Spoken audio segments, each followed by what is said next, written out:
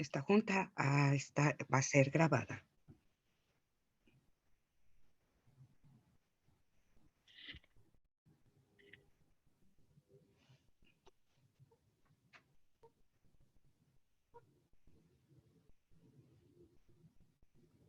We'll be starting in just a moment here. Welcome. We're just going to give another minute or so for anyone else that may be wanting to join. Vamos a empezar muy pronto. Bienvenidos. Vamos a dar un minuto más para darles oportunidad a que se conecten.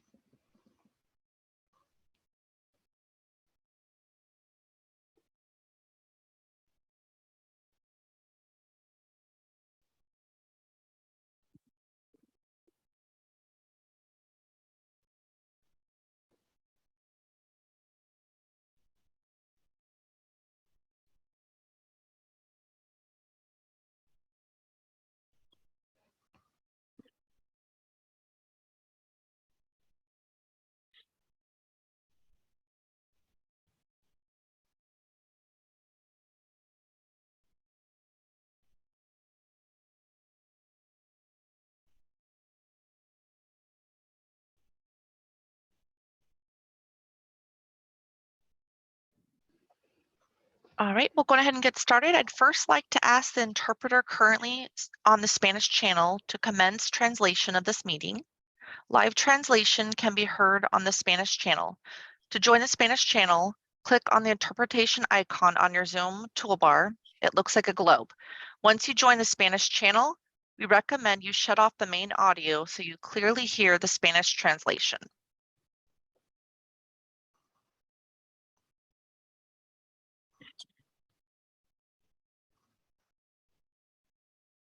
Thank you, Easter. Good evening and welcome to this community meeting for the City of Santa Rosa's Water Supply Alternatives Plan, which is focused on exploring Santa Rosa's water future and increasing the city's water supply resiliency and reliability. I want to thank you all for joining us tonight. I'm Mark Milan with Data Instincts, an outreach consultant for Santa Rosa, and I'll be moderating and facilitating tonight's meeting.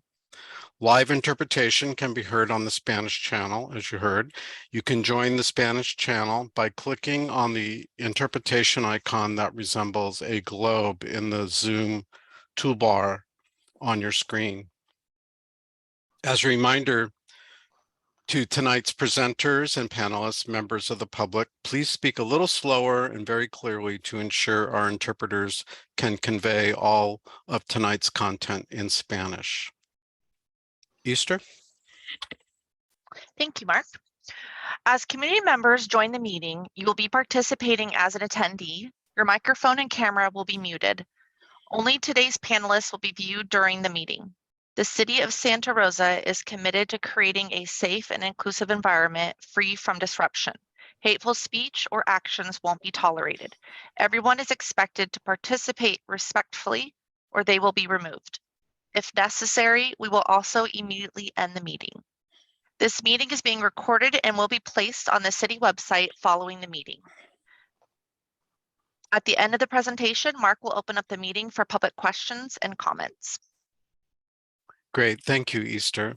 Once again, I'd like to thank you for joining us tonight. Your participation and input are important to the city as we discuss Santa Rosa's water future. We will start tonight's meeting with opening comments from Santa Rosa Water Director Jennifer Burke. After that, we'll provide an overview of the agenda and topics that we plan to cover tonight. Director Burke.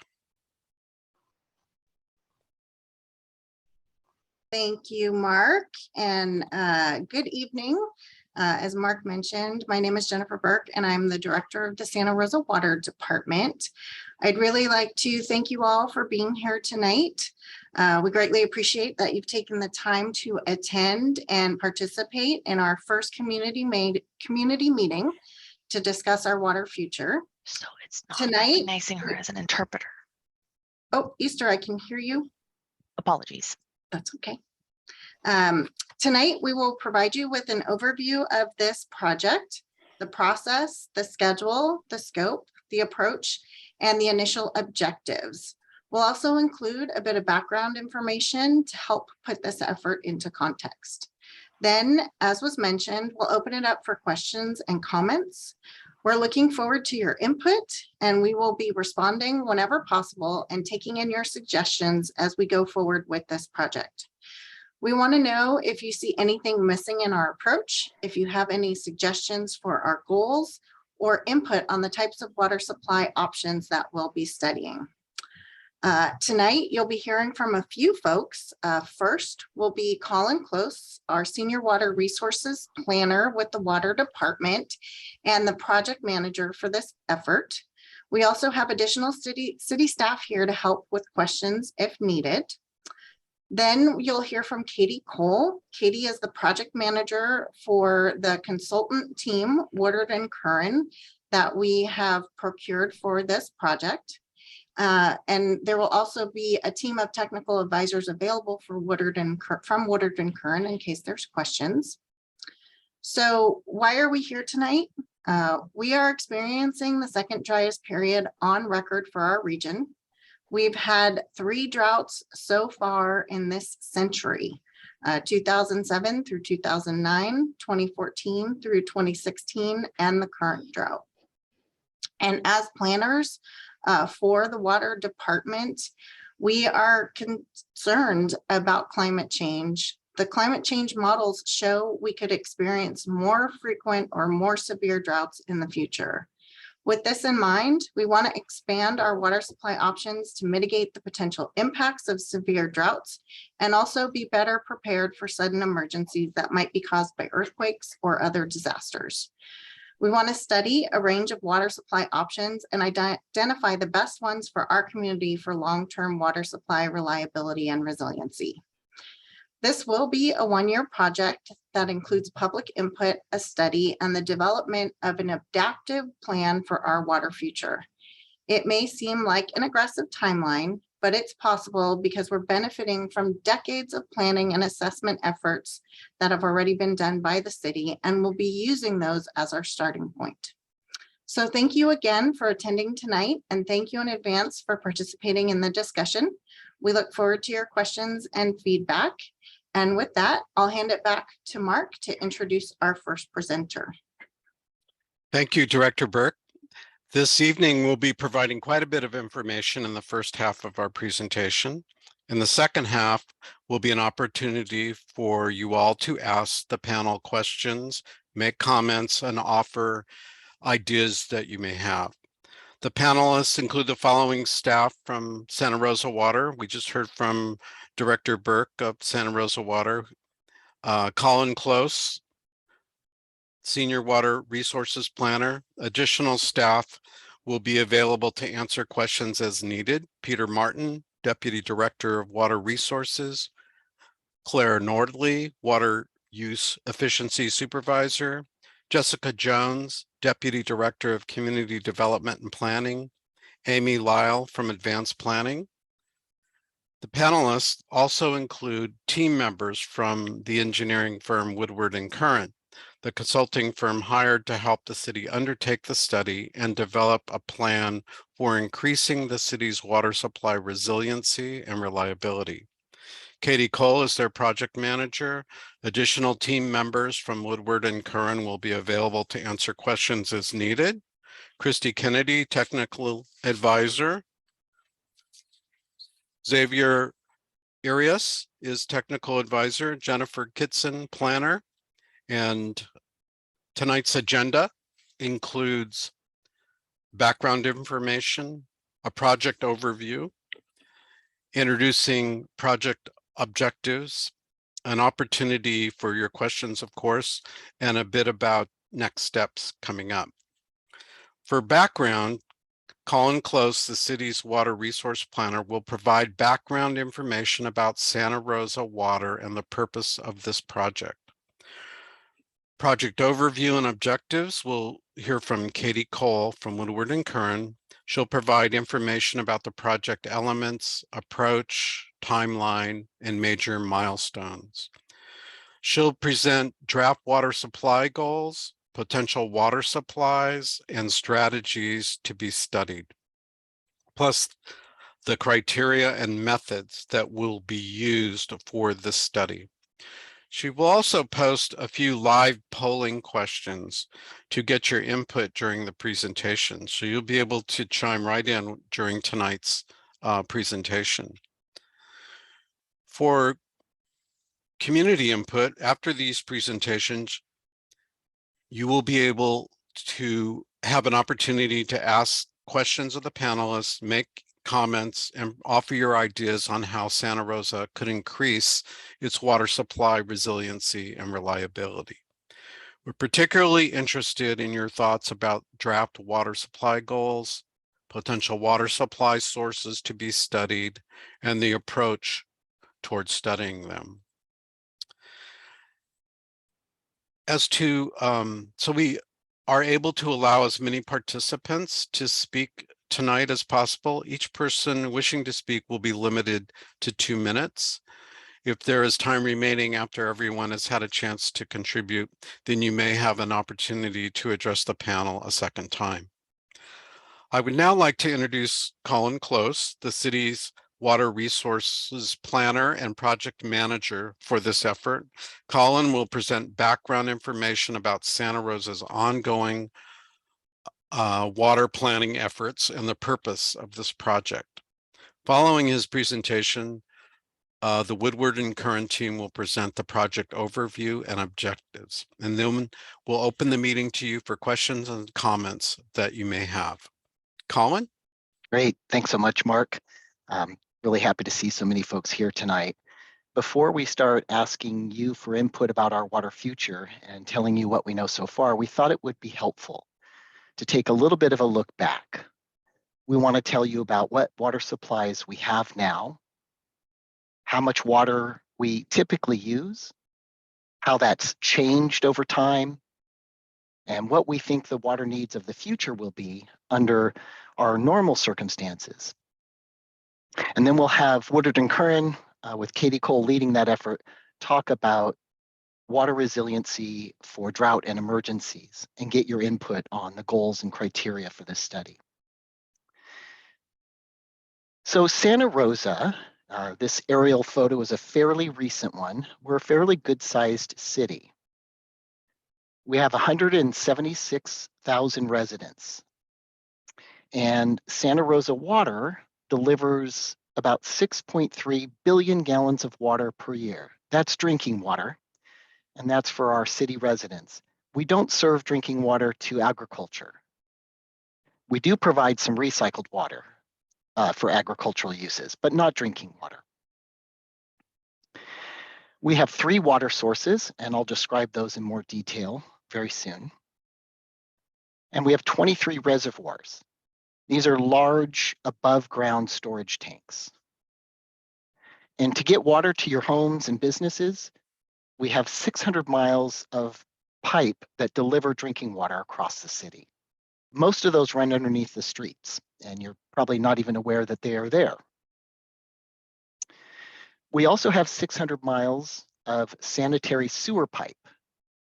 That collects wastewater from homes and businesses and schools and offices, and that sends it to the west to our Laguna treatment plant. At the Laguna treatment plant, we also treat wastewater from Sebastopol, Cotati, and Rohnert Park, and the Southwest Sanitation District. So with all of that wastewater, we produce about 7 billion gallons of recycled water every year. It's very high quality and can be used for most purposes, but not for drinking water. It doesn't have advanced treatment for purification to make it drinking water. But that water is beneficially reused every year by agriculture, by a few urban sites, and then also by Calpine.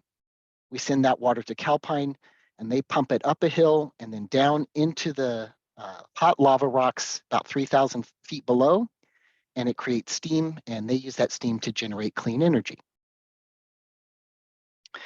So as I promised, here is what our 3 water sources are.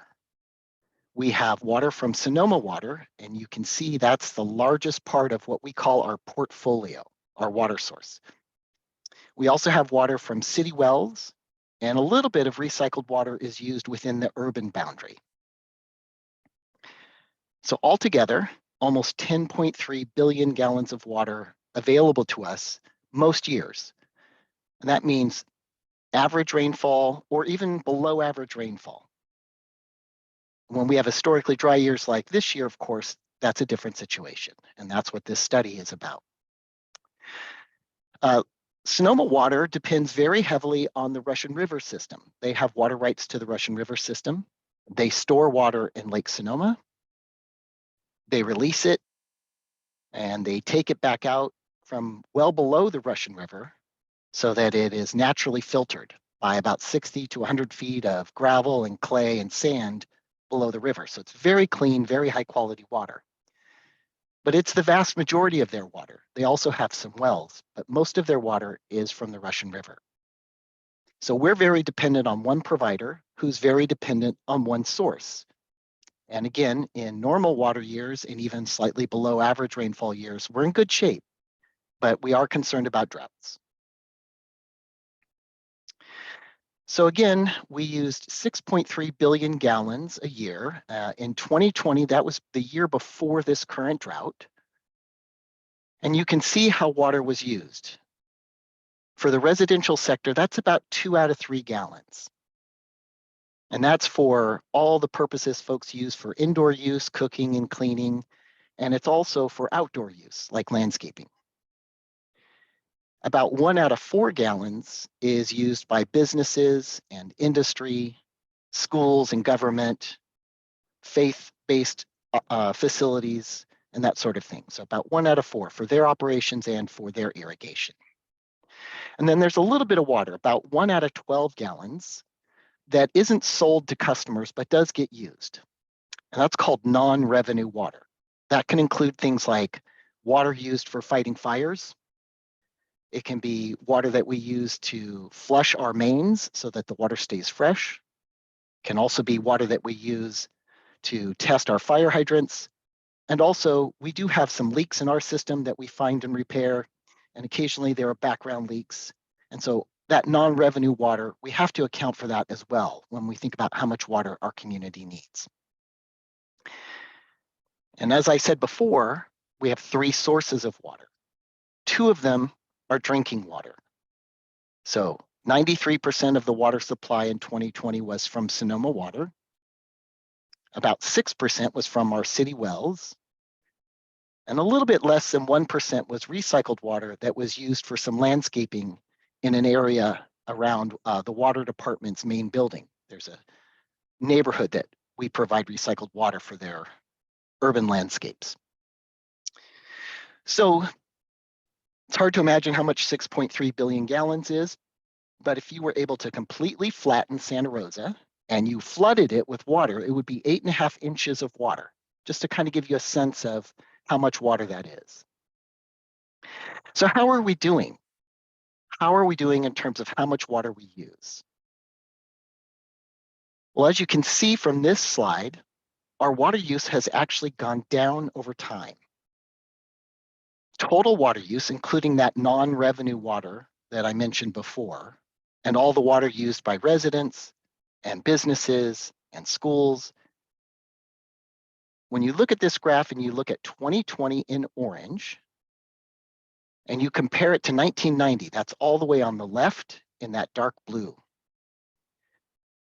1990 was a drought year, and yet in 2020, we had a much bigger population, but we used 14% less water. If we compare to 2004, that's in the middle, that dark bar in the middle, that's our highest water use year on record. And when we compare water use to 2020, in 2020, we used 20% less. So this is good news. And we got there because we've had great conservation programs, both in terms of building codes and actual programs that we offer our customers. I'll talk about those in just a moment. But first, let's look at that population growth that I mentioned. So Santa Rosa, from 1990 to 2020, the population size increased 57%. And we saw from the last slide that total water use decreased. So when we look at that, we can look at how efficient we were when we start to look at that compared to the population. We take the total water use, divided by the population that year, and divided by the number of days that year. And that gives us gallons per capita, or per person, per day. So the first line I want to show you is total GPCD, or gallons per capita per day. That includes all of those water uses I mentioned before, including those non-revenue uses, business uses, residential uses. So here you can see that in 1990, the average use was 177 gallons per capita per day. And in 2020, that had gone down to 97. That's a pretty significant decrease. In fact, it's 45% less. We can also do the same calculation focused on residential use to see are our residential customers becoming more efficient over time. And here you can see that the average use per day at home was 120 gallons per person in 1990, and it went down to 65 gallons per person in 2020. So again, this is terrific news. Our community has become much more water efficient. And I'll just want to point out, this is the average. So of course, in the summer, we see higher water use, and in the winter, we see lower water use because of the irrigation needs. But the average is what's shown here on this slide. So again, population up 57%, the use per person per day down 45%. So how did we get there? So certainly Santa Rosa has been focused on water supply planning and water use efficiency for a very long time. In the 1940s, we made sure that all of our service connections, all the customers that we have a meter, and we charge for their water bill based on their amount of water they use. And what we know is when people are charged monthly and based on how much water they use water more carefully. Between the 1940s and 1950s, our population just about doubled in Santa Rosa. In fact, the US had a significant population boom. So we worked over that 10 or 15 years with Sonoma Water to prepare to be able to serve our community reliably. And we connected to Sonoma Water to make sure that we had a large, dependable water supply from the Russian River that was clean and high quality. In the 1970s, we had the worst drought on record. That was almost 50 years ago. And that's when we started our first conservation programs. We also started providing recycled water for agricultural use. In 1983, we filed our first urban water management plan with the state. That's updated every 5 years, and our most recent urban water management plan is available on our website. You can either use the search term Urban Water Management Plan Santa Rosa, or go to our website at srcity.org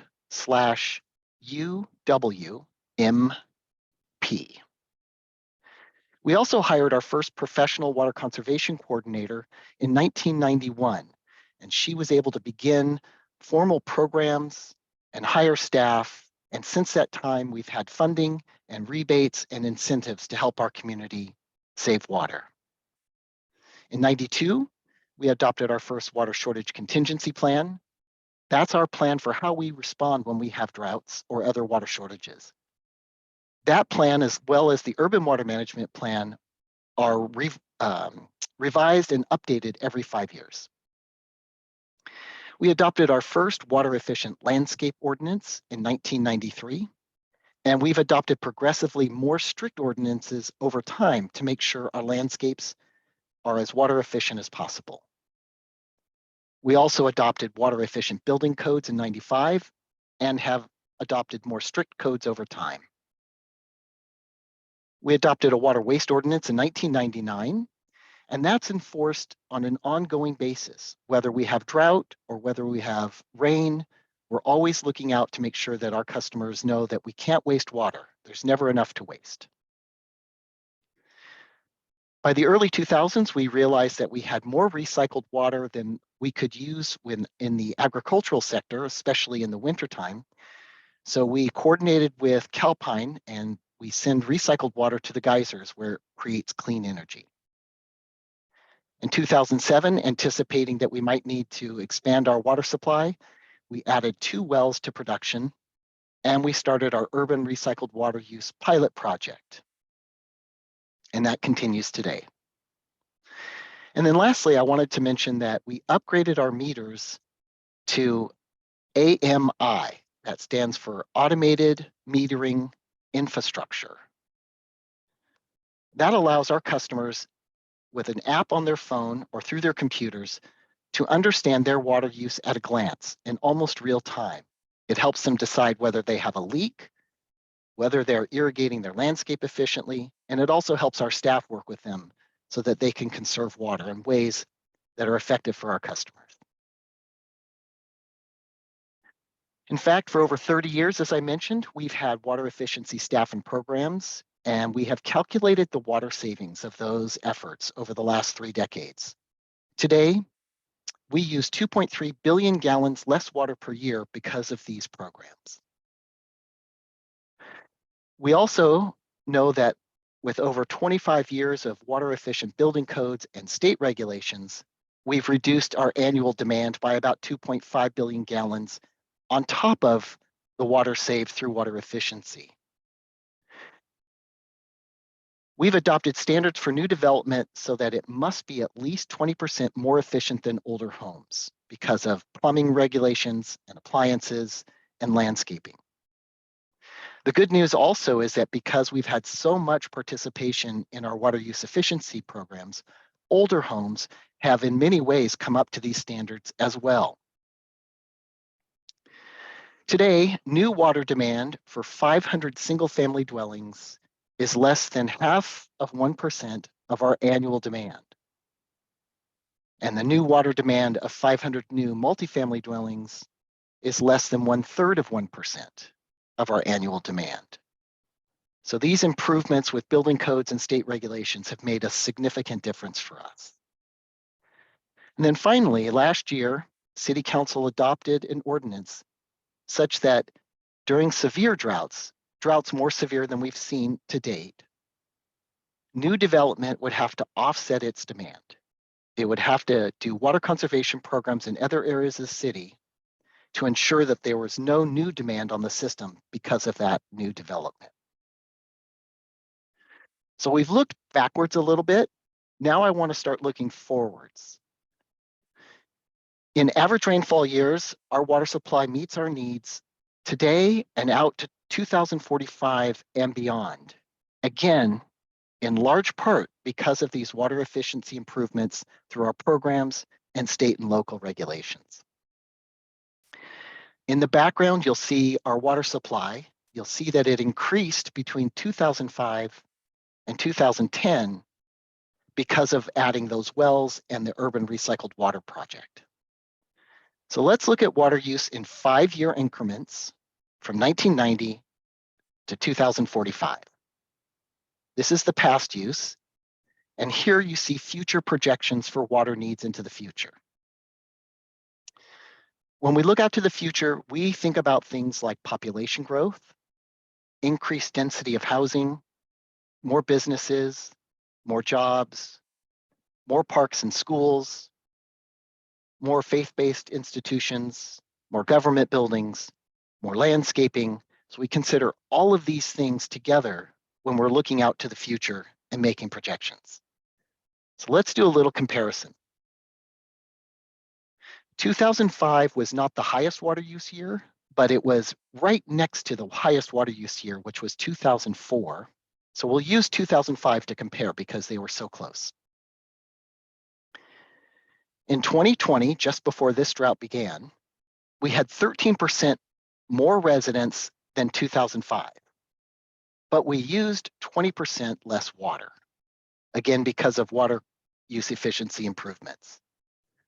When we look out to the future, we estimate we could have as many as 48% more residents than we had in 2005, but the water demand is expected to only be 9% higher. And again, this is based on the water use efficiency that we've already achieved. This does not assume that there's a huge decrease in the future. There probably will be some decrease, some improvements in water use efficiency heading out to 2045, given state regulations, and our water programs will continue. But looking at it conservatively, we can see that the increased water use would only be about 9% over 2005.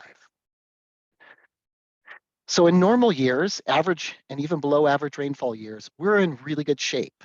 So why are we here? Why are we talking about this project tonight? As Director Burke mentioned, drought concerns us. I wanted to give you a picture to look at how severe this drought has been. Again, it's the second most severe on record. This slide shows you how much water is stored in Lake Sonoma. The green line shows how much was stored on average each month. So it's the average October, the average November, etc., over a 30-year period. The dotted black line shows you the lowest month of any year from 1992 to 2020. Most of the lowest months have occurred in the last 10 years or so. The red dashed line shows you where 100,000 acre feet would be. If storage in Lake Sonoma goes below 100,000 acre feet, the state can require that Sonoma Water reduce its water supply diversions from the Russian River to its customers by 30% or more. Here's actual water storage the last day of each month for the last 3 years. So what you can see is we've been well below the average, and in fact, for almost 2 years, we've been below the lowest month. And you can see we got very close to that 100,000 acre foot mark last fall, and we're getting very close to it again this fall. It'll be most important to see where we are at the end of winter. That's where these kinds of restrictions can come into play. So this is what concerns us. This drought is just about as severe as the drought 50 years ago, but with climate change, it's likely that we'll see droughts like this more frequently than every 50 years. We want to be prepared to help our community. This slide simply is a way to look at what a 30% shortage might look like out in 2045. It could be that with a 30% or greater shortage that there might be only 1 year or less of water supply in Lake Sonoma. Our customers would be rationing water with very small portions. New development would have to offset its demand completely. And this could have a significant impact on our community. So we've started the Water Supply Alternatives Plan, and you're here tonight at the very start of it. This adds to decades of efforts that we've made over the years to manage water supply, help our customers reduce their water use, and different ways that we've expanded our production our local water supplies and our emergency water supplies to date. But we want to enhance our water supplies so that we can further reduce the risk of shortages that could be due to emergencies or droughts. So we're going to undertake a study and develop a plan. The questions we want this project to help us address are how much new water supply is appropriate for Santa Rosa to reduce the risk of shortages? Which supply options should we study? What criteria should we use to assess if it's the right water supply for our community? What mix of supply options might be the best to meet goals for resiliency? And what's the most reasonable path forward? With that in mind, we put out a request for proposals, and Woodard & Curran, through a very competitive process, was the firm that we selected to help us. We've asked them to help us engage a wide range of stakeholders, including yourselves, to help us set objectives. You'll hear more about the goals and criteria and supply options tonight. And then to take what they learned from our community and from our internal water team and from another group of stakeholders, take that information and then do the study and help us understand what's feasible and what fits right for Santa Rosa, and then help us develop a plan. So with that, I'm going to go ahead and turn this over to Katie Cole. She's the project manager for Woodard & Curran, and she's a principal there at that company. So Katie, I'll go ahead and turn it over to you. Super. Thanks, Colin. Good evening. As Colin mentioned, my name is Katie Cole. I'm the consultant project manager for the Water Supply Alternatives Plan. I will be providing an overview of the project tonight. Slide. So as far as Colin kind of went over some of these questions, but tonight I'll be providing information on what this Water Supply Alternatives Plan is. Colin has covered the background information and the purpose of the project. So I'll be describing the approach to the work and talking about the work that Santa Rosa will complete over the next year or so, as Director Burke mentioned. Including what work will be done, what the schedule will be, and who's involved. So this next slide shows the project overview. It's pretty conceptual, but we will begin by establishing our water supply goals. That work is ongoing and will happen through the end of the year. Then we'll look at different water supply options and evaluate them to determine which might be the best fit. Next, the project will dig deeper into those supply options to determine their feasibility. And then the project will evaluate groups or portfolios of those supply options and how they may complement each other and work together to meet those water supply goals. Finally, once all that work is complete, it will be documented in the Water Supply Alternatives Plan. Next slide. So as Colin mentioned, throughout this process, the city will be meeting with several different groups to help provide input on the plan. You'll see the names of each of these, beginning with the water team, which is a group of city staff that are working directly with Santa Rosa's water systems. Some of them are here tonight. They'll be providing subject matter expertise and help us decide on appropriate goals and water supplies. The city will also be gathering questions, comments, and suggestions from a much wider range of stakeholders, including other water users in the region through the stakeholder group, environmental groups, business interests, and community interests. We will also be meeting with city officials on the Board of Public Utilities and the City Council. And last but certainly not least, is working with you, the community, through meetings like this. Next slide. So the project will include several community meetings, and this is the first of those meetings. The purpose of these is to keep you updated on what's going on with the work surrounding the Water Supply Alternatives Plan. The city wants you to have a good understanding of the water supply goals and the work that's being done to support that and Santa Rosa's water future.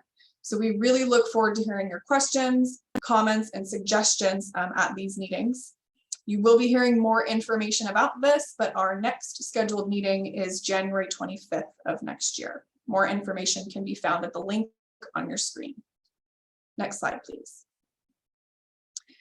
So now I'll turn to a discussion of the water supply goals, supply options, and the criteria for evaluating those potential options.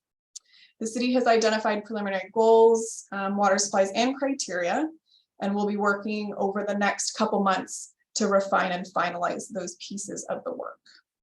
Next slide. So first we'll discuss goals, but before we do that, next slide, please, we've got a poll question that we would like you to answer. We'll have a few of these throughout the presentation. You'll see Spanish is shown on the slide, but the poll will pop up on your screen in English. So you should be seeing that now. The question is, how important is it for Santa Rosa to increase its water supply reliability for emergencies and droughts?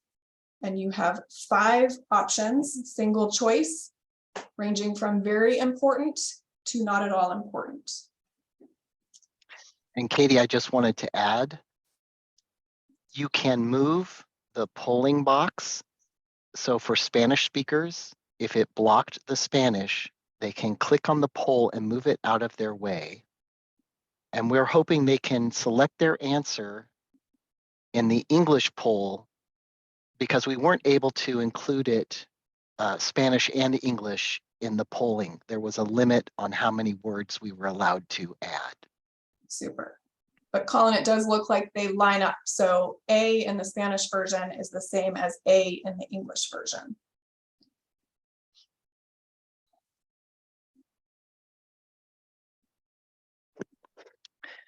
Give it a couple more seconds here. Great, thank you, Easter.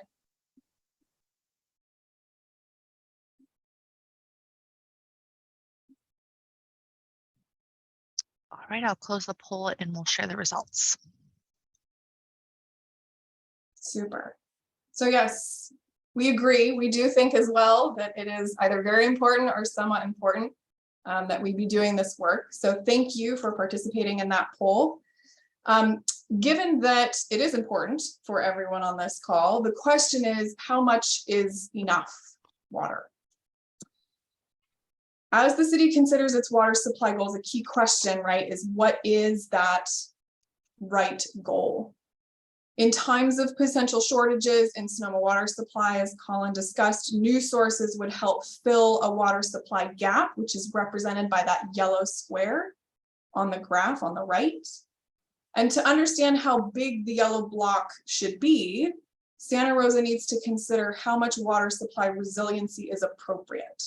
How much water should the city have to reduce the impact of more frequent or more severe droughts?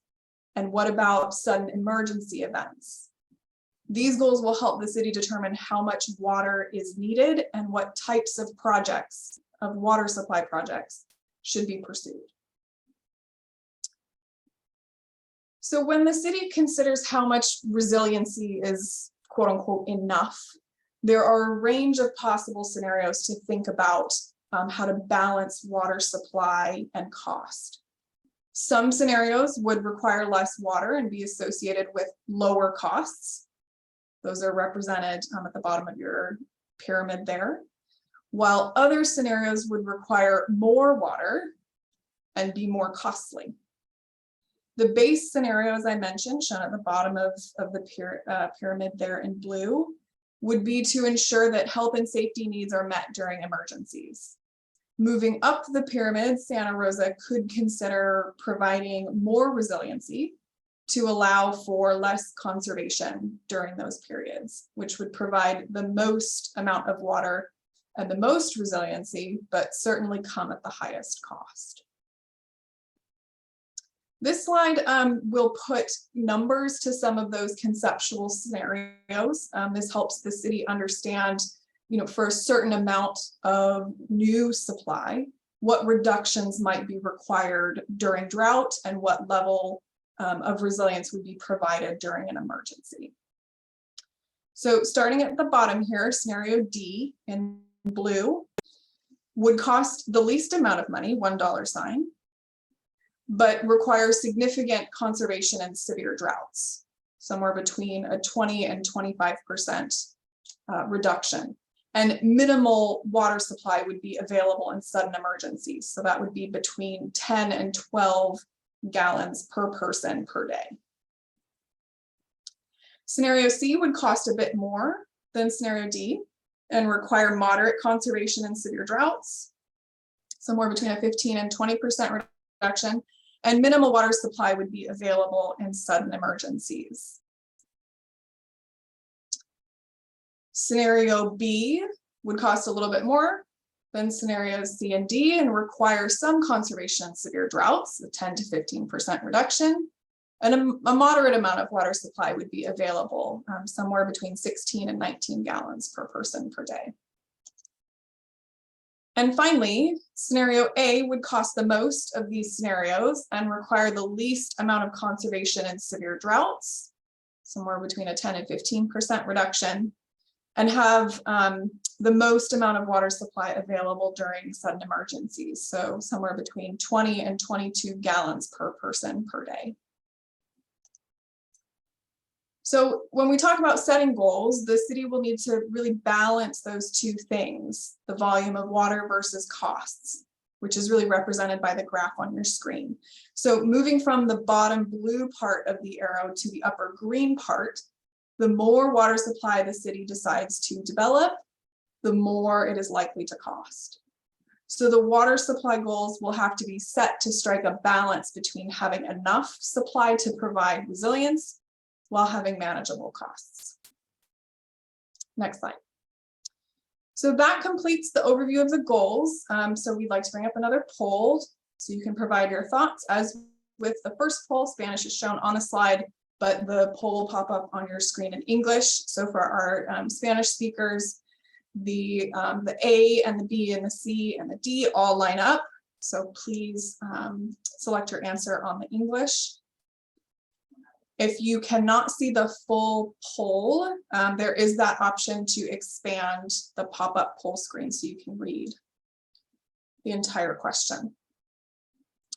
Question reads, in your opinion, Santa Rosa should explore options for potential new water supplies to provide water so that, and then A, B, C, and D represent the 4 scenarios that I just reviewed.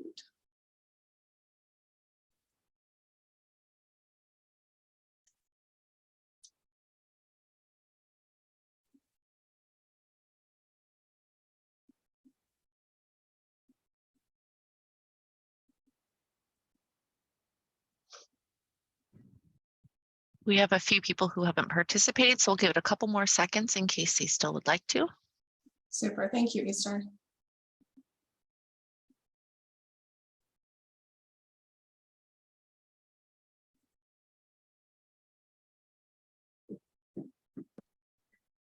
All right, I'm going to go ahead and share the results now. Great. So it looks like a bit more than half are thinking that it feels comfortable that some conservation is needed in drought with a moderate supply available in sudden emergencies. That would give us about 16 to 19 gallons per person per day. And it looks like a good kind of cluster around those for scenarios A and C. Great. Thank you all for providing that input. All right, so now that we've gone through goals, I'd like to discuss the preliminary water supply options. So essentially, what new water supplies could Santa Rosa implement to help meet that yellow gap that we had on a prior slide? So as part of this work, the city will be considering many potential water supply options. These could include things like groundwater, purified recycled water, desalination, surface water, and conservation and water use efficiency. So I have a slide dedicated to each of these, so I will go through them one by one. So groundwater is water that is held underground in the soil or in pores and crevices between rocks. Projects that may include a groundwater component may include constructing new wells to extract groundwater, and or constructing new wells that can not only extract groundwater, but store excess water in the ground to use at a later time. So that's what the graph or the little picture on your slide indicates. So the top being extracted for use and the bottom representing a recharge. This option, this extraction and injection, is known as aquifer storage and recovery, or ASR. Next slide. Purified recycled water is recycled water that is purified to levels that are safe for drinking. Projects that include a component like this may include building an advanced treatment facility that would purify recycled water that would first be added to another source like groundwater or a surface water body before it is used for drinking. This is known as indirect potable reuse. A second option would still require building an advanced treatment facility to purify recycled water, but that purified recycled water would be added directly to the drinking water system, and this is known as direct potable reuse. Desalination involves removing salt and other impurities from ocean water or other less salty supplies, what we call brackish supplies. Projects may include building treatment facilities to desalinate either ocean water or those other salty water sources. Surface water is water that originates above ground. So that includes things like rivers, streams, lakes, and ponds. Projects that have a surface water component may include building or expanding above ground storage to capture stormwater or other flood flows for later use. This most likely would require treatment to get that water to drinking water quality standards. And finally, conservation activities. Those are short-term efforts used to reduce the amount of water that is used, as well as long-term improvements in water use efficiency that create lasting water use reductions.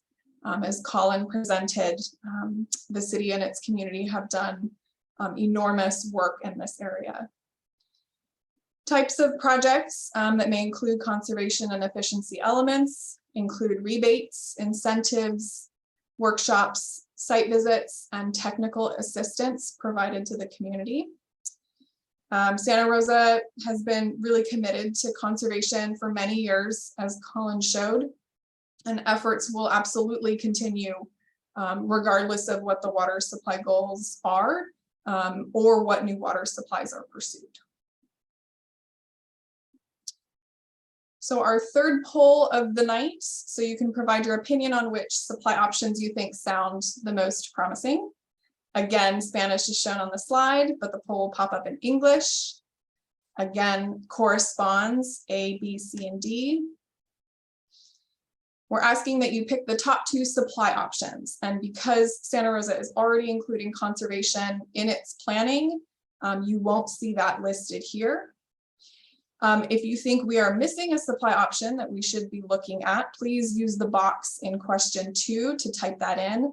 If you don't see that question, just expand your poll window.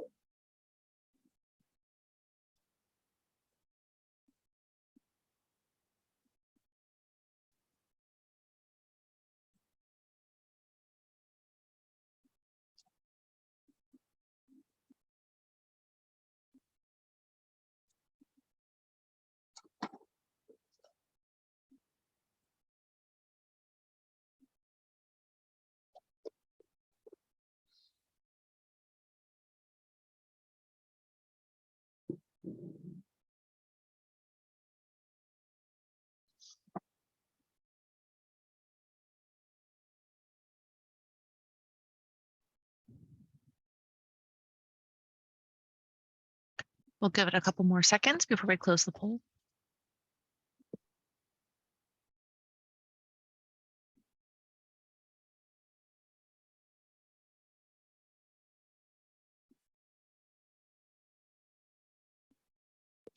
Okay, go ahead and share those results. Great, thank you, Easter. Let's see, purified recycled water, 80% of you, excellent. Surface water, groundwater, little less interest in desalination. Great. And Easter, it looks like we got some responses in 2. Would you mind sharing some of those? Yes, we have conservation and efficiency and stormwater. Perfect, excellent. Well, thank you for that feedback. As I mentioned, this is really just a preliminary list that will be refined as the project moves forward. And you'll certainly be hearing more about these supply options at the meeting in January.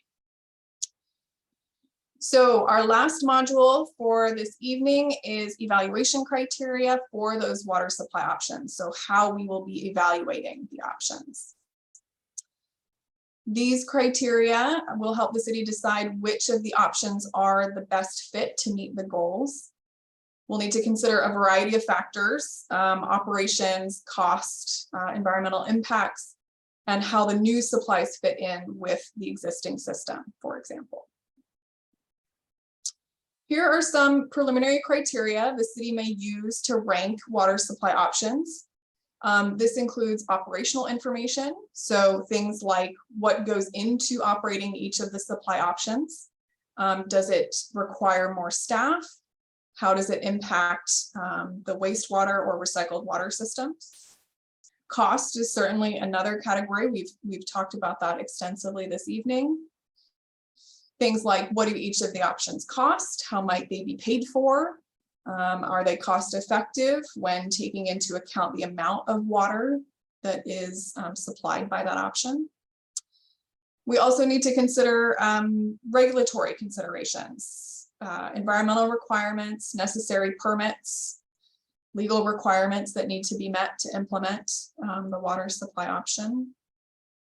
And finally, kind of a catch-all category, other, for things like whether or not a source is resilient to climate change, whether it can scale up or down depending on the need, and how quickly it can be implemented.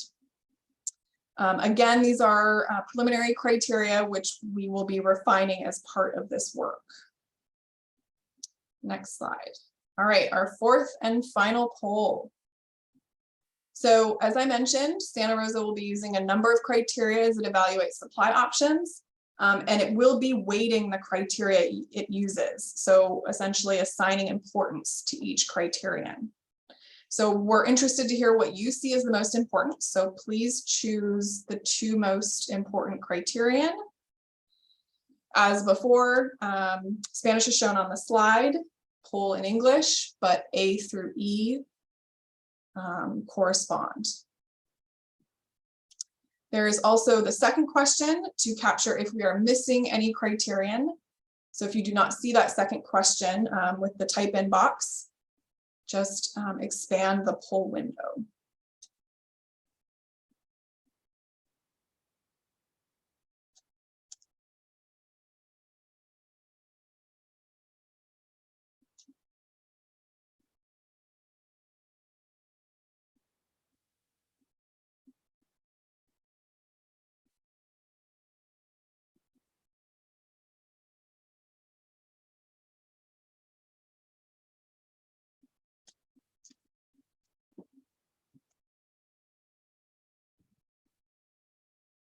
We'll give it a couple more seconds.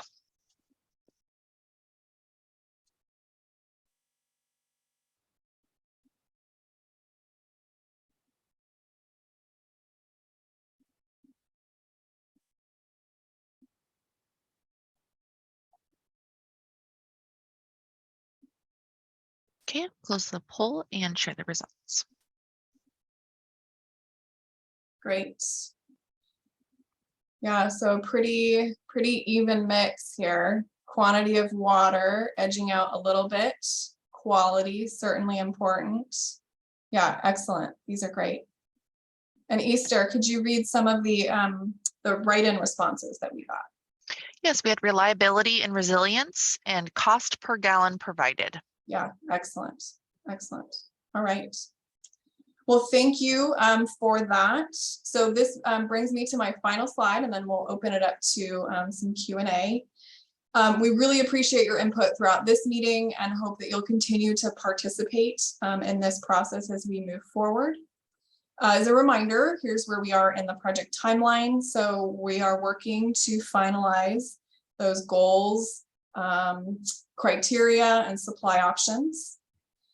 So we are here on the left. In the beginning of next year, kind of through the spring, we'll be working on exploring the feasibility of those various supply options.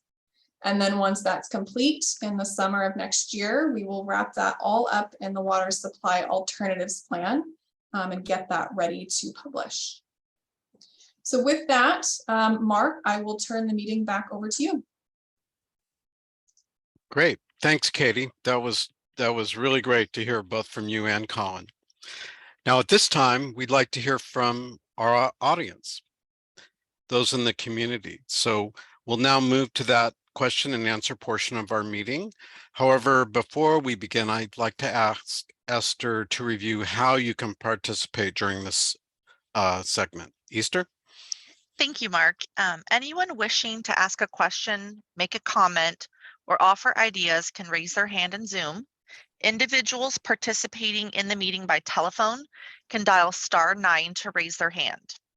We ask those listening on the Spanish channel that are wishing to make a public comment to turn off leave interpretation entirely at the time you hear your name called, so you join the main channel to make your public comment heard and translated into English.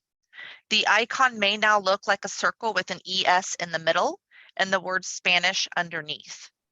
You can then rejoin the Spanish channel at the conclusion of our comment to continue listening in Spanish.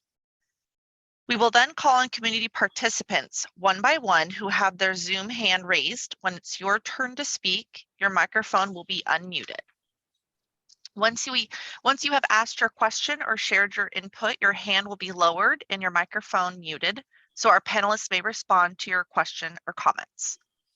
To allow as many community participants as possible, each person wishing to speak will be limited to 2 minutes. If we still have time after everyone has had a chance to contribute, then you are welcome to raise your hand again to speak a second time.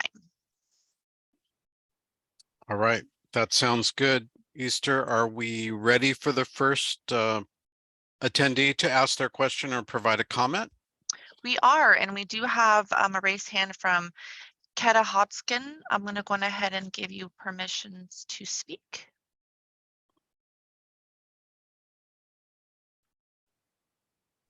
Hi, can you hear me now? We can.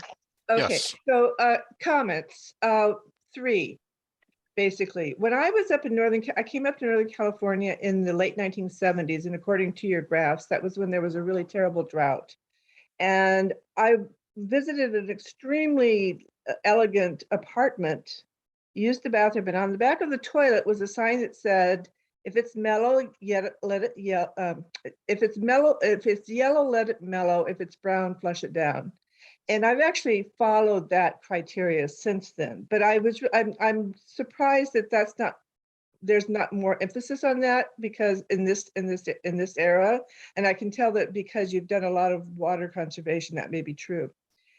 Secondly, as I'd like to see more emphasis placed on educating the young with regard to water usage in terms of personal water use and also just general information. So in terms of programming in schools, because that's how we got people to quit smoking, was we just went after the young kids and they got their parents to quit smoking. So education for the young. And also the other experience that I've seen is when I was in Australia, they were having a bad drought, and in Melbourne particularly, they had signs that showed exactly what the water level was and how much water there was left. They would say, like, today is 29% left. And it seems to me like all these signs around town that say where drought is here, they've become background noise, and they're not going to be really effective if you really need to get people to use less water on the personal and corporate level. And I think, and I do have a question. I'm assuming that we do not have an aquifer in this area. Is that correct? Thank you. I'm done. Thank you, Kate. Very good. I'm going to ask Colin to address those, but I will say that I lived during the drought in the 70s, and certainly the comments you made are accurate. There were many slogans around that time that were very popular, and maybe we should bring them back. Colin? Yeah, thanks so much. I think from an overarching perspective, we do offer tips and assistance to our customers to reduce their water use. What we find is folks are most comfortable with things where they're able to save water without significant habit change. So, for example, we had a grant a few years ago to provide folks with very well-designed toilets that only use 0.8 gallons per flush. So if they had a toilet that used at least twice as much, we would provide them with a new toilet installed by a professional plumber, and that was really successful. We had signups for that program within the first 2 weeks, and that was in the last drought. So we were able to give away 6,600 toilets. So we're in the process now of applying for grants to do similar programs. So in terms of messaging as well, we do have a couple of our folks from our community engagement and marketing team here. They're listening in, so I'm sure they've taken note. And we have Claire Nordley, our water use efficiency supervisor, and I'm sure she's taking note as well of some of your recommendations there. I did want to mention in terms of educating the young, we reach out and I don't know, Peter, if you have the number, but if you do, I'll call on you in just a second. But we go to schools, I think it's grades 2 through 12, and we do water education programs every year. Before COVID, I think we were reaching something like 7,000 students per year in Santa Rosa. In addition, Sonoma Water has a water education program as well that focuses, I think, on 3rd, 5th, and 7th grades, and they reach thousands of students each year too. So I think you're onto something there. Those are really terrific ideas, and I'm really proud of the fact that in our area, we have 2 different programs helping children understand not only the importance of drinking water and where their water comes from, but water in that whole sense in terms of the environment and that sort of thing. And then you mentioned with Melbourne signs being everywhere and how this time it feels like it's a little bit more like it's background noise. We're noticing as well, it is harder to catch people's attention. We did a bunch of pop-up events, which were incredibly successful. That was a slightly different approach for us this year. And that's where we just went to where the public might be, maybe at a hardware store or a grocery store, and we set up a table in front and told folks that we were in a drought and offered them drought kits. And that was super, super successful. We got a lot of participants and a lot of thank yous from folks for showing up where they were moving about naturally during their day, and we reached out to them in that way. So I do think, though, that with the fact that we've had so many disasters recently, the fires, we had floods, we've had COVID, I think that it is a little bit hard to hold people's attention in the way we did perhaps in the last drought, or as you were mentioning in the 77 drought. So I definitely think it is something that it's on our minds, and we meet almost weekly to talk about messaging. And so we'll continue doing the best we can. Peter, is there anything you'd like to add to that? Yeah, well, I think you asked about the education programs that we offer, and then I think there was a question about the aquifer too as well. So I'll respond to that as well.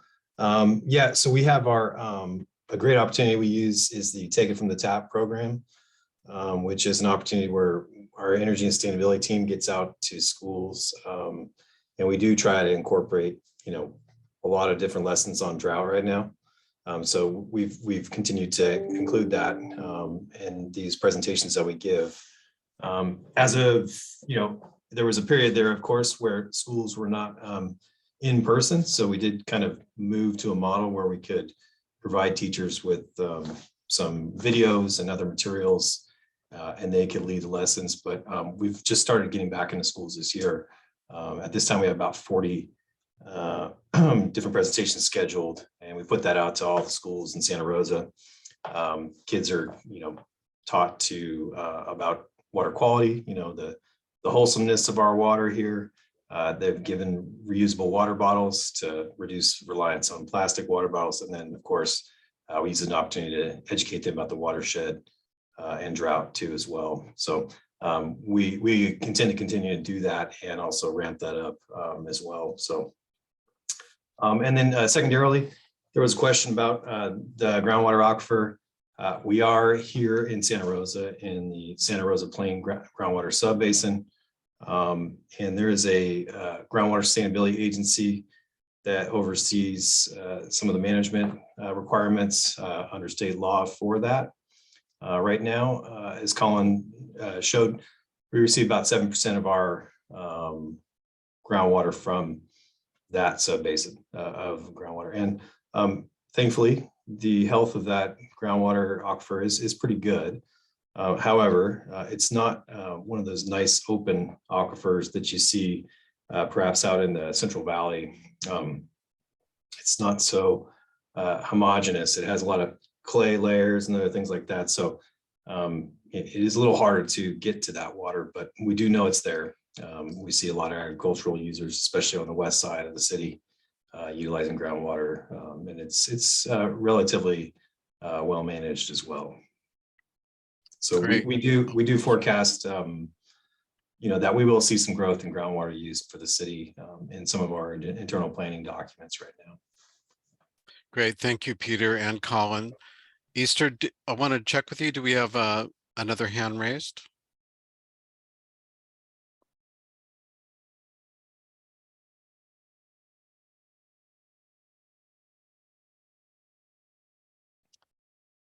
Easter, I'm just checking with you. You're on mute, just checking to see. Thank you. We do not have any other hands raised at this time, but just as a reminder, if anyone's wishing to ask a question, make a comment, please do so by raising your hand in Zoom using the raising hand feature. If you're calling in, please dial *9 to raise your hand. If you need your question or comments translated from Spanish to English, please let us know once you have been called on, and then please allow us a moment to confirm the interpreter is ready. All right, so we do have a couple more hands raised. Perfect. And Holly, I'm going to give you permissions to speak. Just please remember to speak slowly so that our translators can translate, and feel free to state your name if you would like. You now have permissions to speak. Okay, my name is Holly. Can you hear me? We can.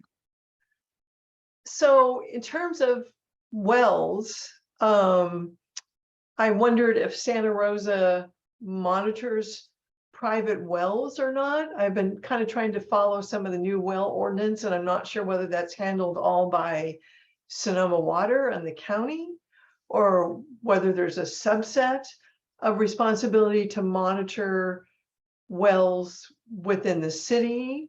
How do you know what, I'm trying to phrase this question, how do you know what's going on with either commercial or residential wells, whether they're okay, they're going dry, or how would you know the status of them? I think we can answer that. Peter or Colin, do you want to jump on that? Colin, you're muted. I don't know if you'd like to take that one, or I can. I'll start with it, but Peter, I think you can definitely flesh it out a bit. So what I was going to mention is that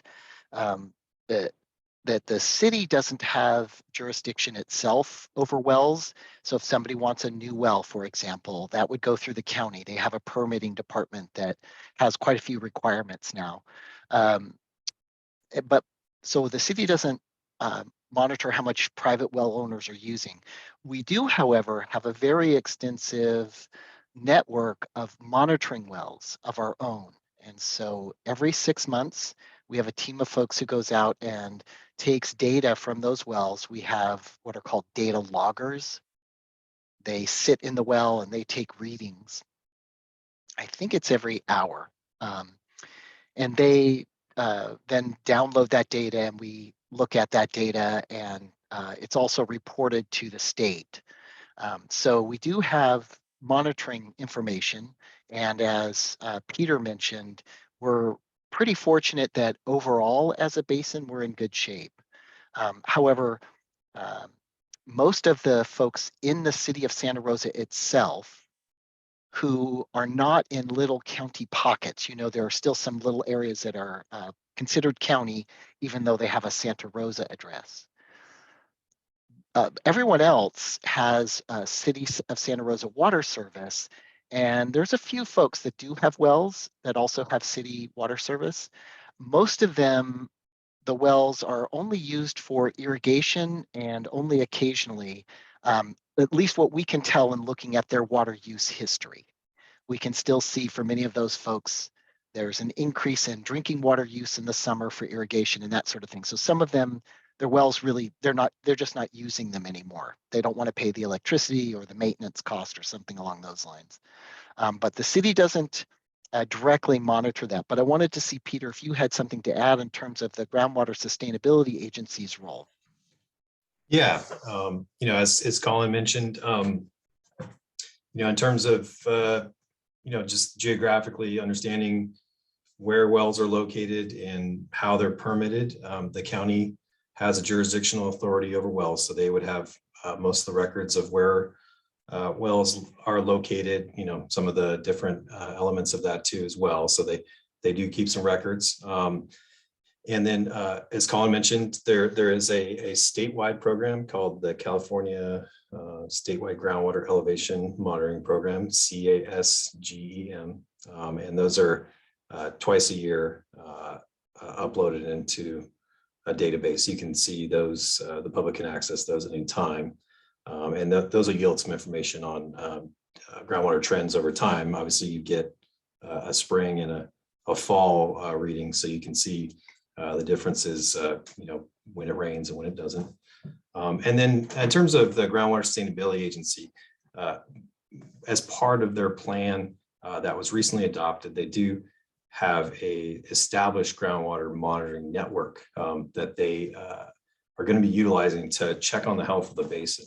And those will be reported pretty much on an annual basis, and even more often you can see the data that's going to come out of that network. But those reside in two areas. There's a shallow network and a deep network. They are treating those two as very different because there are a lot of shallow wells throughout this basin. And then of course there are many deep wells that folks really can plug deeper into the aquifer. So those data sets are available and they'll be published in reports by the Santa Rosa Plain Groundwater Sustainability Agency over time. I just wanted to add, I'm sorry, Mark. I just wanted to add one thing that one easy way to sort of get some more information is you can use the term groundwater and City of Santa Rosa. That will take you to a page that we have that has some more information and some more links. And then also Santa Rosa Plain groundwater, and that will probably take you to their page pretty easily as well. So if you wanted to learn a little bit more or see some reports or some studies that have been done, that should be available online for folks. Thanks, Mark. That's great. Thank you. And thank you, Holly, for that question. Easter, do we have another question in the queue there?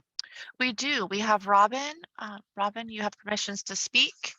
You can unmute your microphone. You may state your name if you wish, and then ask your question or make your comment.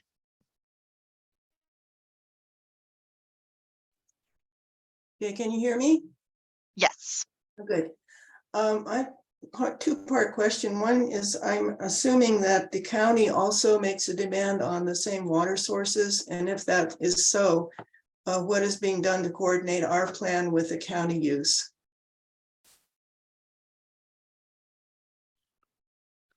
Great. Thank you, Robin. Colin, do you want to respond to that? Sure. Yeah, that's a terrific question.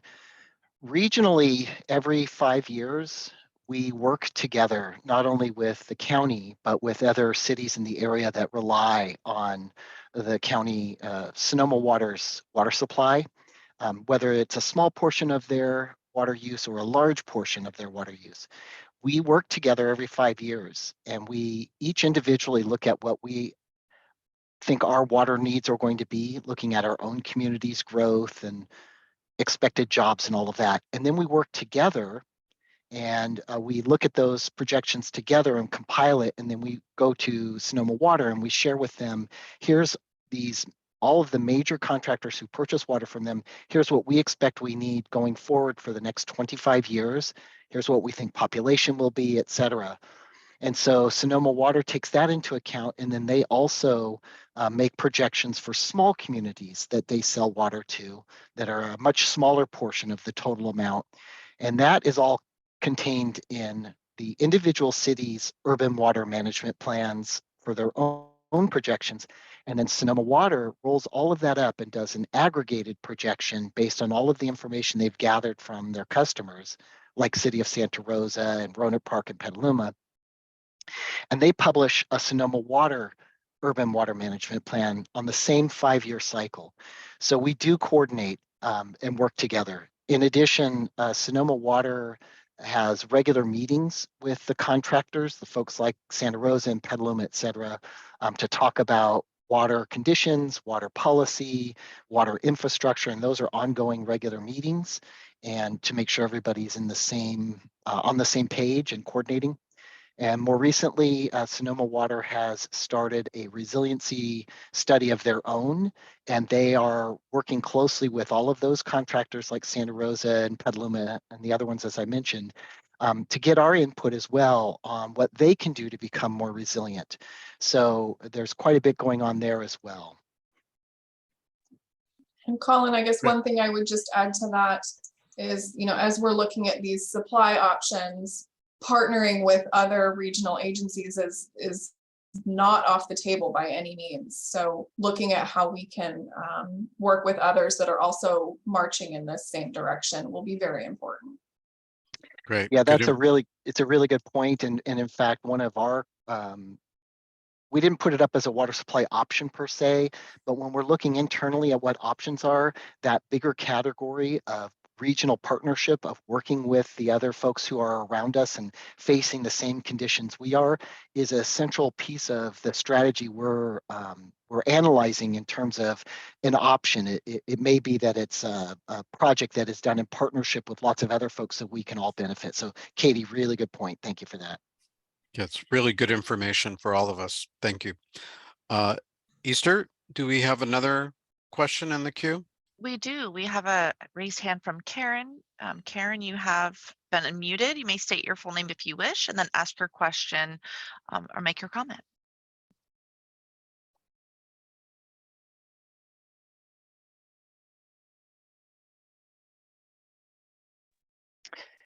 Karen, you may not know it, but I think you are still muted on your end because we haven't been able to hear you speak yet. Oh, there you go. There you go. Thank you. I was just calling, I unfortunately needed to miss part of this session, and I was wondering how soon will a recording of this session be available? It's a terrific question. I don't know exactly. It's certainly our intent is to make these things available as quickly as possible. I'll have to work with our communications team and see. They're also seeing this as a pretty high priority project. I would say probably 1 week, but my hope would be that it would be less than that. I'll also say that on our webpage right now, there are some older presentations that don't go quite into this level of detail, but some background is available online in videos with presentations that are about 20 minutes in length. So those are available now, but yes, that, and we also want to be able to provide the PowerPoint deck as a PDF file or a file that can be downloaded so that folks can look through the slide deck again. So if they have other questions or concerns, they have something other than the recording that they can use to kind of think through their thoughts and ideas.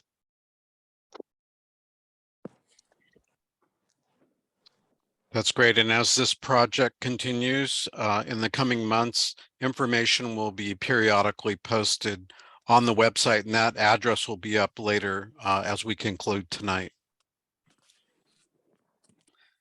Easter, do we have another question? Thank you, Karen, for that. We do not have any other raised hands at this time.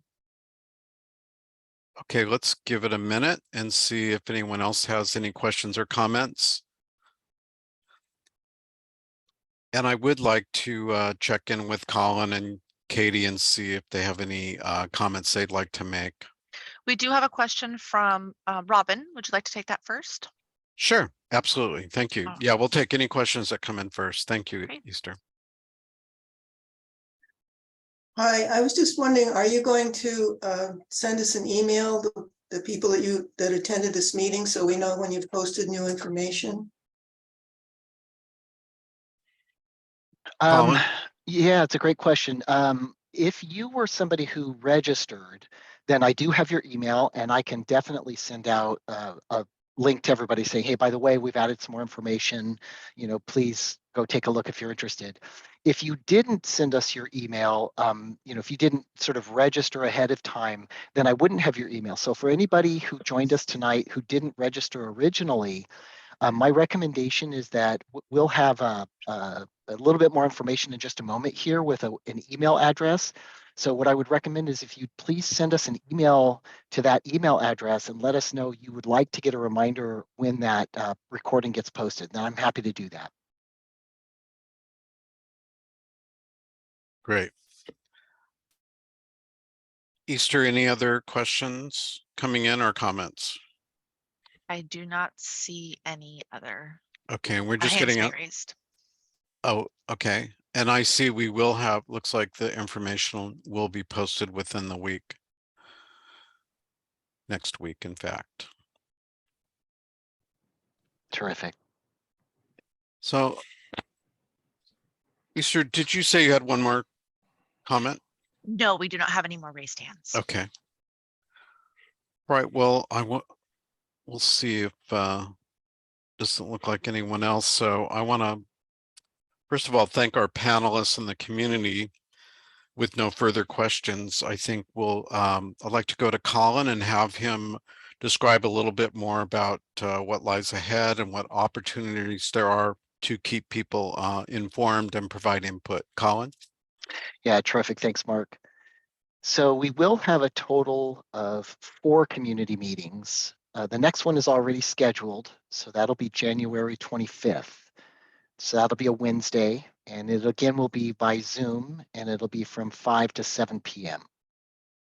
So folks are welcome. And what we'll do is we'll update you at that point with more information about where the goals are landing, what criteria looks like, what supply options we are looking at studying. So you'll get an update because we're getting input from you, our internal team, and our stakeholder group, as well as our Board of Public Utilities. So with all that input, we'll be able to report out to you near the end of January where we are.